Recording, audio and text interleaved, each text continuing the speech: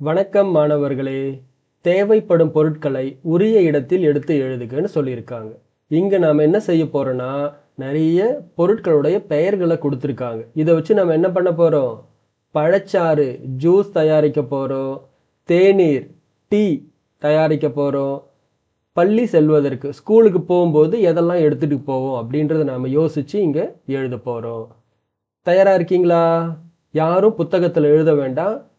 நான் காமிக்கிறத பாருங்க, நான் என்ன கேட்குறேனோ அதை புரிஞ்சுக்கிட்டு பதில் சொல்லுங்க, சரியா? இப்போ என்ன தயாரிக்க போறோம்னா, பழச்சாறு தயாரிப்பதற்கு என்னென்ன பொருள் வேணும் அப்படின்றது இங்கே எழுதணும்.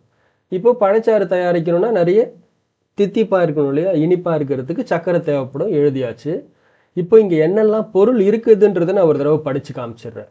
அடுப்பு, அப்போ அது கேஸ் அடுப்பா இருக்கலாம், இல்லை விறகு அடுப்பா இருக்கலாம். உணவுனா சாப்பாடு. உடைகள்னா ட்ரெஸ், நம்ம போட்டுக்கிற ட்ரெஸ் உடைகள்னு சொல்லுவோம். தண்ணீர் வாட்டர், கிண்ணம் பவுல், பற்பசை அப்படின்னா டூத் பேஸ்ட், தின்பண்டம் ஸ்நாக்ஸ் ஐட்டம், பால் மில்க்கு, அப்புறம் குவளை அப்படின்னா ஜக்கு டம்ளர் அந்த மாதிரி சொல்லலாம். தர்பூசணி ஃப்ரூட் வாட்டர்மெலன், பல் துளக்கி அப்படின்னா ப்ரஷ், புத்தகம் புக், கத்தி நைஃப், தேயிலை தூள் அந்த டீ தூள்னு சொல்லுவோம் இல்லையா அது, அப்புறம் போர்வை பெட்ஷீட், எழுதுகோல் அப்படின்னா பென், தீப்பெட்டி மேட்ச் பாக்ஸ், சீப்பு காம்ப் தலை சீவுறது, துண்டு டவல், வடிகட்டி ஸ்ட்ரெயினர் அந்த டீ தூள் போட்டு எல்லாம் கொதிக்க வச்சதுக்கப்புறம் வடிகட்டுவாங்க இல்லைங்களா அந்த ஸ்ட்ரெயினர், அப்புறம் பைனா பேக். இத்தனை பொருள் இருக்கு. நாம இதை தயாரிக்கிறதுக்கு எது தேவைப்படுதுன்றதை இப்போ பார்க்க போறோம். இப்போ பழச்சாறு தயாரிப்பதற்கு அப்படின்னு வச்சுக்கோமே, நான் என்ன பண்றேன்னா பழச்சாறுக்கு ஆரஞ்சு கலரை சூஸ் பண்ணிக்கிறேன். இங்க முதல்ல எதெல்லாம் தேவைப்படுன்றதை நம்ம மார்க் பண்ணிக்கலாம். சர்க்கரை தேவைப்படுமா? தேவைப்படும். ஆரஞ்சு கலர் சரியா தெரியல. நான் என்ன பண்றேன்னா இந்த பிளாக்கை சூஸ் பண்ணிக்கிறேன். சர்க்கரை தேவைப்படும். அடுப்பு, ஆமா, இப்போ அடுப்பு எதுக்கு தேவைப்படுது? பழச்சாறுக்கு. பழச்சாறுக்கு அடுப்பு தேவை கிடையாது. டீ போடணும்னா தான் அடுப்பு வேண்டும், அதனால் அடுப்பு வேண்டாம். உணவு உடைகள் தேவைப்படாது. தண்ணீர் சம்டைம்ஸ் என்னென்னா திக்காக இருக்குது, கொஞ்சம் தண்ணி தேவைப்பட்டால் ஊற்றிக்கலாம், இல்லை வேண்டாம் அப்படின்னா நம்ம தண்ணியே ஊற்ற தேவையில்லை, அதுலேயே நிறைய தண்ணீர் இருக்கும். இதை ஊற்றி வைக்கிறதுக்கு கிண்ணம் தேவைப்படுமா? ஆமாம். பற்பசை, ஜூஸ் குடிக்கிறதுக்கு நாம் என்ன பண்ணணும்? ப்ரஷ் பண்ணிட்டு தான் குடிக்கணும். ஆனால் ஜூஸ் தயாரிக்கிறதுக்கு அந்த பற்பசை பேஸ்ட் நமக்கு தேவை கிடையாது. தின்பண்டம் அது கிடையாது. பால், ஆமாம், சில சமயங்களில் பார்த்தீங்கன்னா இந்த மாதுளம்பழம் ஜூஸ் இதிலெல்லாம் பாலை ஊற்றி அப்படியே அரைப்பாங்க. அப்போ தான் என்ன ஆகுனா அந்த டேஸ்ட் நல்லாயிருக்கும் அப்படின்னு. குவளை கிளாஸ் தேவைப்படுமா? ஆமாம், அதில் ஊற்றி குடிக்கிறதுக்கு.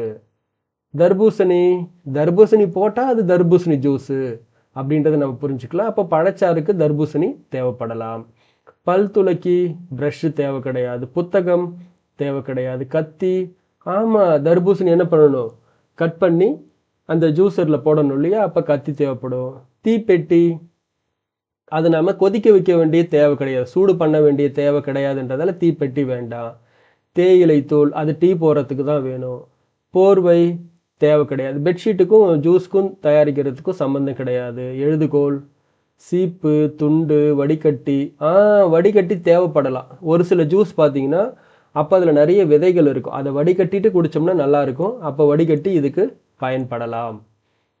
அப்புறம் பை, பை எதுக்கு? நம்ம கடைக்கு போய் ஏதாச்சும் ஃப்ரூட்ஸ் வாங்கிட்டு வரத்துக்கு தான் பை தேவைப்படும்.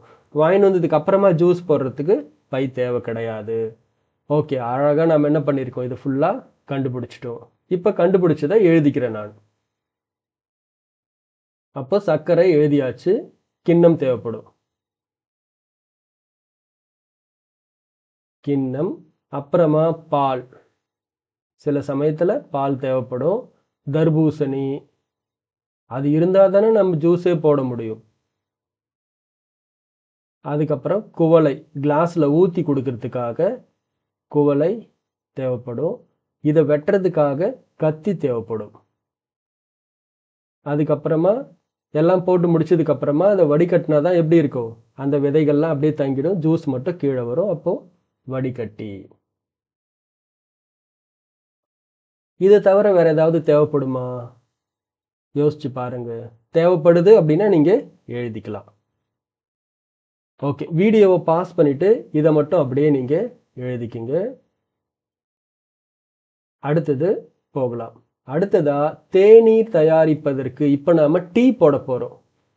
டீ போடுறதுக்கு என்னென்ன தேவைப்படுன்றதை நான் என்ன பண்ணுறேன்னா ப்ளூ கலரில் டிக் பண்ணிக்கிறேங்க. டீ போடுறதுக்கு சர்க்கரை தேவைப்படுமா?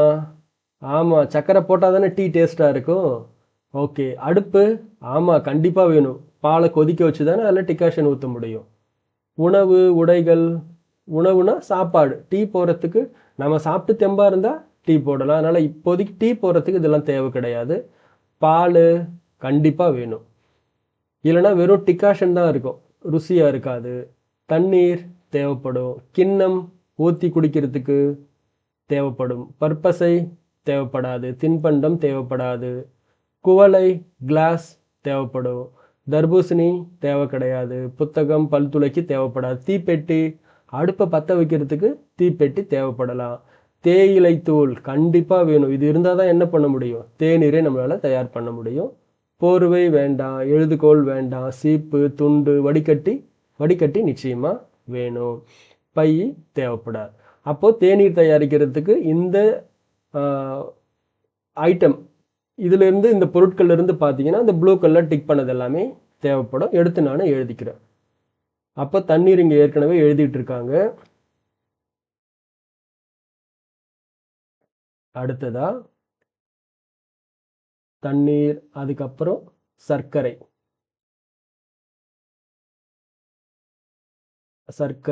சர்க்கரைன்னு சொல்லுவோம், அது தேவைப்படும். அடுத்து அடுப்பு தேவைப்படும். தண்ணீர் எழுதியாச்சு. கிண்ணம் தேவைப்படும். பால் தேவைப்படும். அதுக்கப்புறம் குவளை, டம்ளர். தீப்பெட்டி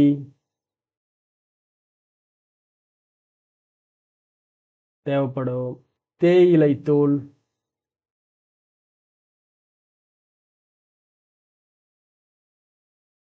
தேவைப்படும். அதுக்கப்புறமா வடிகட்டி.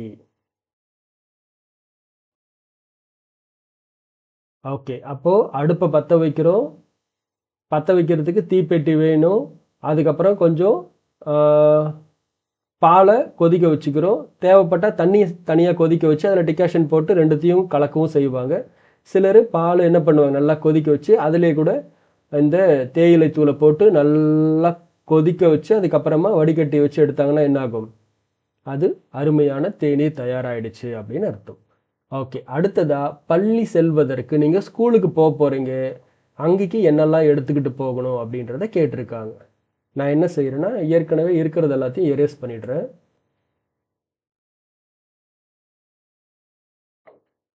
ஒரே நிமிஷம், நான் இங்கே டிக் பண்ணது எல்லாமே எடுத்துடுறேன். அப்போ தான் உங்களுக்கு புதுசாக டிக் பண்ணும்போது தேவைப்படுறது தெரியும். ஓகே, இப்போ நீங்கள் ஸ்கூலுக்கு போகிறதுக்கு என்ன வேணும்? சர்க்கரை எடுத்துகிட்டு போவீங்களா ஸ்கூலுக்கு? எடுத்துகிட்டு போவீங்களா? எதுக்கு? இட்லி தொட்டுக்கிறதுக்கா? சரி சரி. அப்போது இட்லி எடுத்துகிட்டு போகிறோம் அப்படின்னா இட்லி தொட்டுக்கிறதுக்கு என்ன பண்ணலாம்? சர்க்கரையோ இல்லை இட்லி பொடி மாதிரி ஏதாச்சும் தேவைப்படலாம், எடுத்துக்க நீங்கள். சரியா? அடுப்பு, நம்ம அங்கே போய் அடுப்பு வச்சு என்ன பண்ண போகிறோம்? கிடையாது. உணவு நிச்சயமாக மதியம் சாப்பிட்றதா இருந்தால் நம்ம எடுத்துகிட்டு போவோம். உடைகள், ட்ரெஸ் எடுத்துகிட்டு போவோமா? ட்ரெஸ்ஸை நம்ம வியர் பண்ணிக்கிட்டு போவோம், போட்டுட்டு போவோமே தவிர அங்கேக்கு நாம் எடுத்துகிட்டு போக மாட்டோம். தண்ணீர், கண்டிப்பாக தண்ணி தேவைப்படும் அங்கே குடிக்கிறதுக்காக. பால், பொதுவாக நீங்கள் பாலெல்லாம் பள்ளிக்கு எடுத்துகிட்டு போகிறதுக்கு வாய்ப்பு இல்லை. ஒருவேளை உங்களுக்கு உடம்பு சரியில்லை, ஃப்ளாஸ்கில் கொடுக்குறாங்க அப்படின்னா நீங்கள் என்ன பண்ணலாம், இந்த பாலுமே கூட ஒரு ஃப்ளாஸ்கில் ஊற்றி பள்ளிக்கு எடுத்துகிட்டு போயிட்டு குடிக்கலாம். பற்பசை, ஸ்கூலில் போய் ப்ரஷ் பண்ண போகிறோமா? கிடையாது. தின்பண்டம், ஆமாம் கண்டிப்பாக தேவைப்படுமே, ஸ்கூலில் போய் ஏதாச்சும் சாப்பிட்றதுக்கு ஸ்நாக்ஸ் ஐட்டம் மாதிரி. அதுக்கப்புறமா குவளை, தர்பூசணி கூட சில சமயத்தில் ஸ்நாக்ஸ் மாதிரி போட்டு கொடுப்பாங்க. ஆனால் என்னென்னா இந்த தர்பூசணி ரொம்ப நேரம் இருந்தால் ஒரு மாதிரி ஸ்மெல் வந்துடும், சாப்பிட்றதுக்கு நல்லா இருக்காது. அதனால் தர்பூசணி என்ன பண்ணுங்கள், வீட்லேயே சாப்பிட்டு போயிடுங்க, ஸ்கூலுக்கு எடுத்துகிட்டு போக வேண்டாம். பல் துளக்கி, ப்ரஷ்ஷும் தேவை கிடையாது. புத்தகம், நம்ம பள்ளிக்கு போகிறதுக்கே படிக்கிறதுக்கு தான், அப்போ புத்தகம் நிச்சயமாக தேவைப்படும். கத்தி கத்தி தேவைப்படுமா? நீங்கள் ஏதாச்சும் கிராஃப்ட் ஒர்க் சிசர் மாதிரி ஏதாச்சும் கட் பண்ண வேண்டிய தேவை இருக்குன்னா கத்தி தேவைப்படும். இல்லைன்னா பொதுவாகவே இந்த கத்தியெல்லாம் வந்து பள்ளியில் அனுமதிக்க மாட்டாங்க. இது நம்ம எடுத்துகிட்டு போகக்கூடாது. தீப்பெட்டியும் அதே மாதிரி தான். தீ பற்றக்கூடியது பள்ளிக்கு கொண்டு போகக்கூடாது. தேயிலை தூள் தேவைப்படாது. போர்வை போர்வை உங்களுக்கு தேவைப்படாது. ஒருவேளை ரொம்ப குளிராக இருக்குது, இப்போ வந்து குளிர் காலத்தில் நீங்கள் பள்ளிக்கு போகிறீங்க அப்படின்னா ஸ்வெட்டர் மாதிரி போட்டு போகலாம். ஆனால் போர்வை ஒரு பெட்ஷீட் மாதிரி அலோவ் பண்ண மாட்டாங்க. அதுக்கப்புறம் எழுதுகோல், பென்னு கண்டிப்பாக வேணும். சீப்பு வேண்டாம், ஏன்னா நீங்கள் வீட்டில் என்ன பண்ணுங்க, நல்லா தலைவாரிக்கிட்டு போயிட்டாலே போதும். உங்களுக்கு அங்கே சீப்பு தேவை கிடையாது. துண்டு கண்டிப்பாக தேவைப்படும். நீங்கள் சாப்பிடும்போது என்ன பண்ணுவீங்க, கீழே சிந்திருன்றதால கீழே போட்டுட்டு அந்த துண்டு, அதுக்கப்புறம் சாப்பிட்டுட்டு அந்த துண்டை மடித்து வீட்டுக்கு எடுத்துகிட்டு வந்துடுவீங்க. வடிகட்டி தேவைப்படாது. பை, ஸ்கூல் பேக் கண்டிப்பாக தேவைப்படும். அப்போ நீங்கள் ஸ்கூலுக்கு போகிறதா இருந்தால் என்னெல்லாம் தேவைப்படலாம், இவ்வளோ விஷயங்கள் தேவைப்படும். இந்த இடத்துல சர்க்கரை வச்சுக்கலாமா வேண்டாமா? இட்லி இருந்தால் சர்க்கரை இருக்கட்டும், இட்லி இல்லைன்னா தனியாக நம்ம சர்க்கரையை கொண்டு போக மாட்டோம். அதனால் நான் இதை மட்டும் என்ன பண்ணுறேன்னா எரேஸ் பண்ணிட்டுறேன். மற்ற விஷயங்கள் எல்லாமே எழுதிக்கலாமா? சரி. அப்போது பள்ளி செல்வதற்கு பை வேணும், உணவு வேணும், அதுக்கப்புறம் பால் தேவைப்பட்டால் எடுத்துக்கலாம், அதுக்கப்புறம் தண்ணீர் கண்டிப்பாக எடுத்துக்கணும். நீங்கள் எல்லாருமே நிறைய தண்ணீர் குடிக்கணும். அதுக்கப்புறம் தின்பண்டம், நல்ல ஆரோக்கியமான தின்பண்டம் இருந்தால் நீங்கள் எடுத்துக்கலாம்.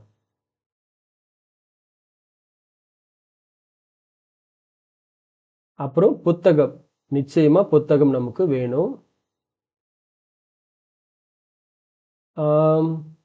எழுதுகோல்,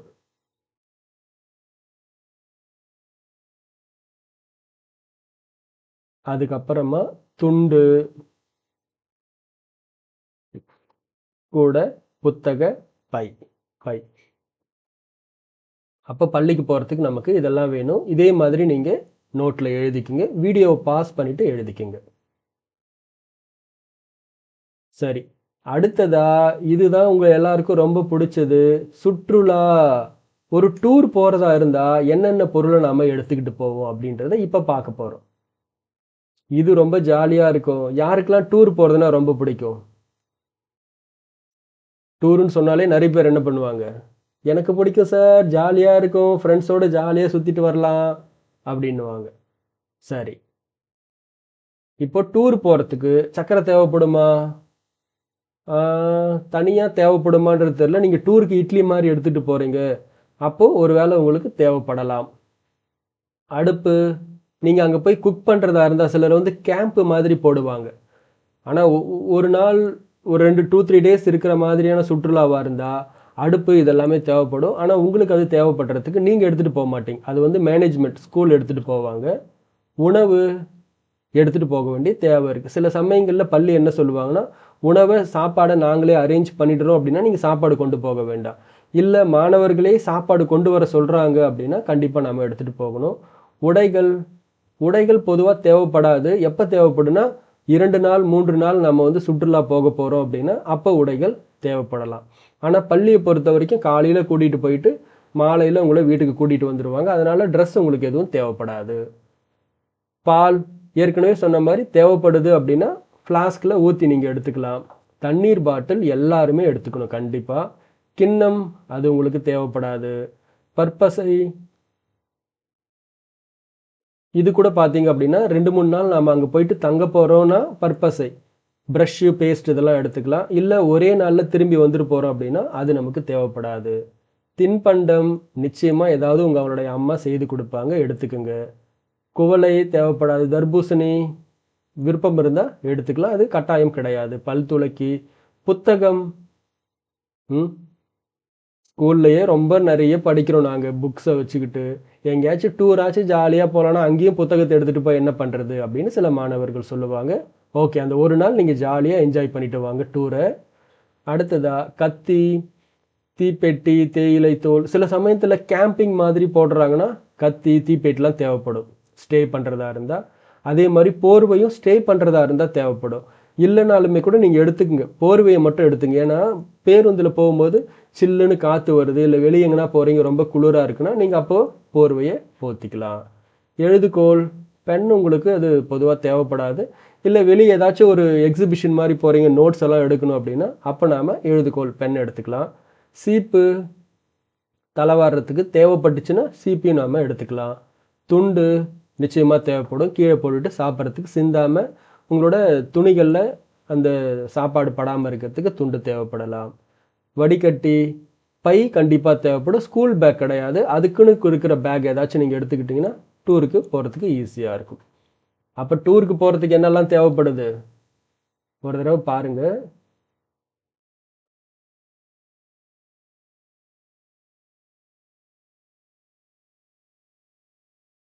பை எடுத்தாச்சு, அப்புறம் உணவு எடுத்துக்கலாம். உடைகள் தேவைப்பட்டால் அதனால் வேண்டாம். பால், அதுக்கப்புறம் தண்ணீர் எல்லாருமே கண்டிப்பாக எடுத்துக்கணும். அப்புறம் தின்பண்டம்,